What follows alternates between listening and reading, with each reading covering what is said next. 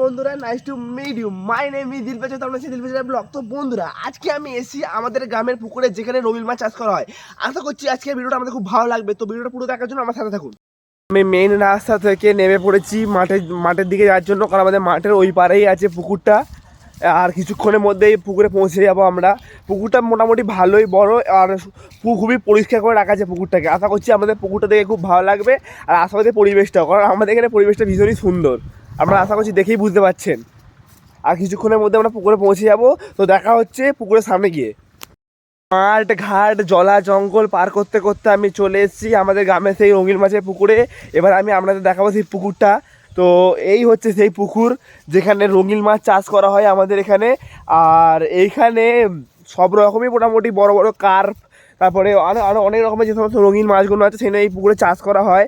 আর এখানে বর্ষাকালে যখন এখানে পুকুর মানে ডুবে যায়, তো তখন আমাদের এইখান দিয়ে সব জলটা বেরিয়ে যায়। তো আমাদের এখানে জলটা এইখান দিয়ে বেরিয়ে যায়, এই জায়গাটাতে জলটা পুরো এই মাঠের ওপরে পুরো চলে যায়। তো সব মাছ মাঠের দিকে চলে যায়। তখন আমরা কি করি, তখন ঘূর্ণি জাল যা আছে আমরা সব কিছু দিয়েই আমরা সব মাছগুলোকে ধরার চেষ্টা করি। আর আমরা ধরে বিক্রিও করে দিই।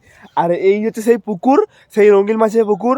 তো আমি পুকুরের পেছন দিকটা দেখালাম, এবার আমি আমাদের পুকুরের ঘাটটা দেখাবো। আশা করছি পুকুরটা আমাদের খুব ভালো লাগবে।